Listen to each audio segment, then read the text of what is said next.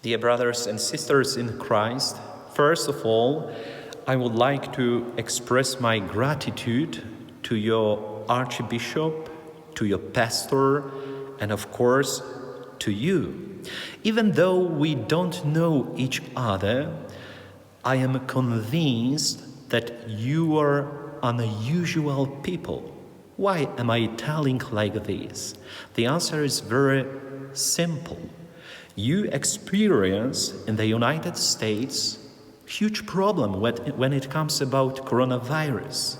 You have your own problems, difficulties, but even though you are able to share with brothers and sisters in Christ who are in need.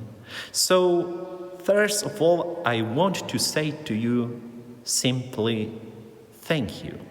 My short message, because the message must be short, I don't like when a priest tells something, for a long time. So my short message I will divide in two parts. The first part will be connected with the readings, with the gospel, which is prepared for today. And the second, I will ask you for help.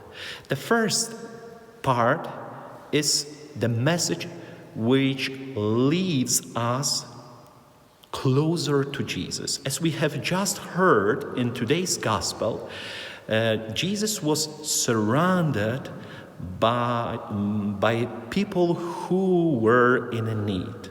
They were sick, as we have just heard. They were hungry. And what Jesus did?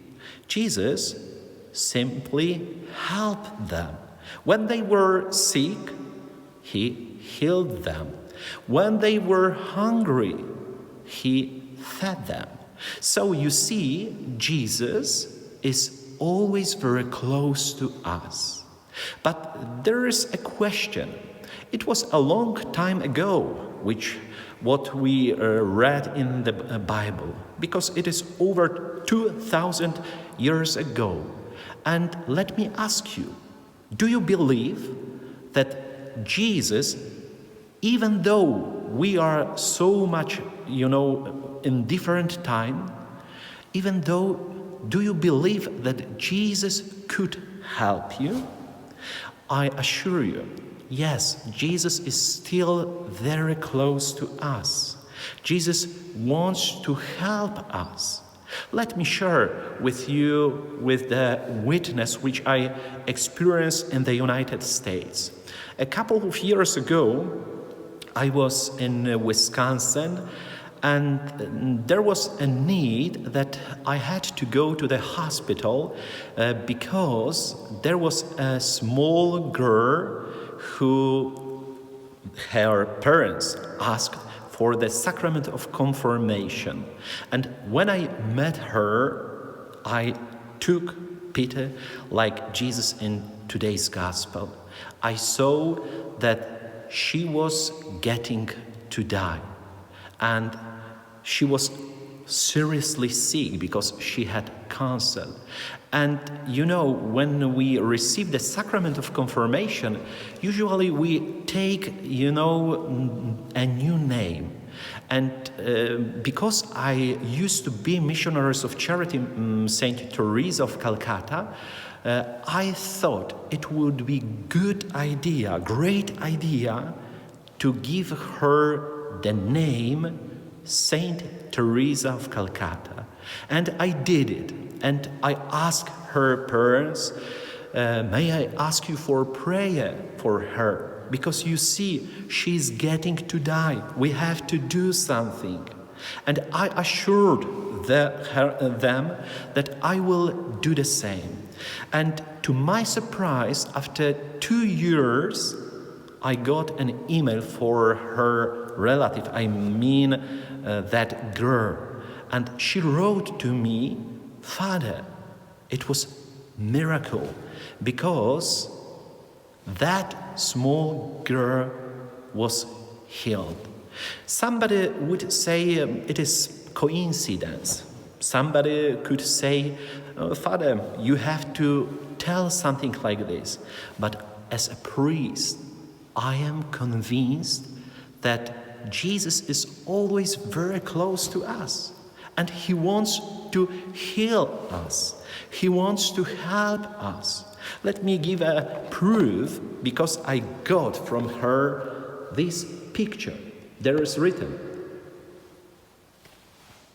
"Thank you for your prayers, Father, for me. I love you forever." You see, this is our faith. If we believe that Jesus is able to help us, he will do it surely. But at the end of the first part, let me ask you, do you believe in it? This is the most important step. Do you believe?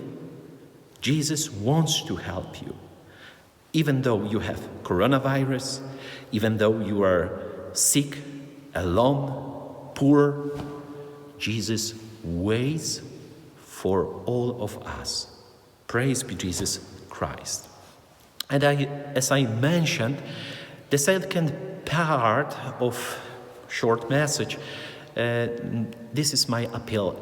I am Father Peter Lubecki. I am the pastor in the very tiny, small parish, which is located in the north part in Poland. I have been the pastor here since 3 years. I met here people who are really good, but this is very small parish. We are here over 500 people. I know you count in the United States families in a parish. No families, only over 500 people. And we have many struggles, because 3 years ago there was in my parish quasi a hurricane which devastated our church, which devastated some houses, and this is too small parish if we want to renovate this church but ourselves. So I have to ask you for support. This year we want to exchange ceiling in the church. I show you in a moment, which was flooded by water, so it is completely devastated. We have to exchange it. I am not able to do it without your help. If I want to sustain my parish, I have to teach at school, and I do it. I spent 4 days during week in the school. As you know, in Poland we receive, as a teacher's salary. So I am able to support my parish. But if I want to do something extra, I have to ask. Therefore, I ask you for help. I assure you that we will keep you in my prayer. And I am convinced that together, with your prayer, with your support, with your help, we will make my parish great again. God bless you. Now I would like to show you the ceiling which was flooded by water. There was a lot of water, and it is completely, devastated. Look at these places where it's dark, where it's, light places. So it means that it is completely, devastated, and we have to exchange it. So, the walls are also, very dirty. I'm not sure if you see it exactly, but the water, was on the wall. So this is our task, which we have to do with you.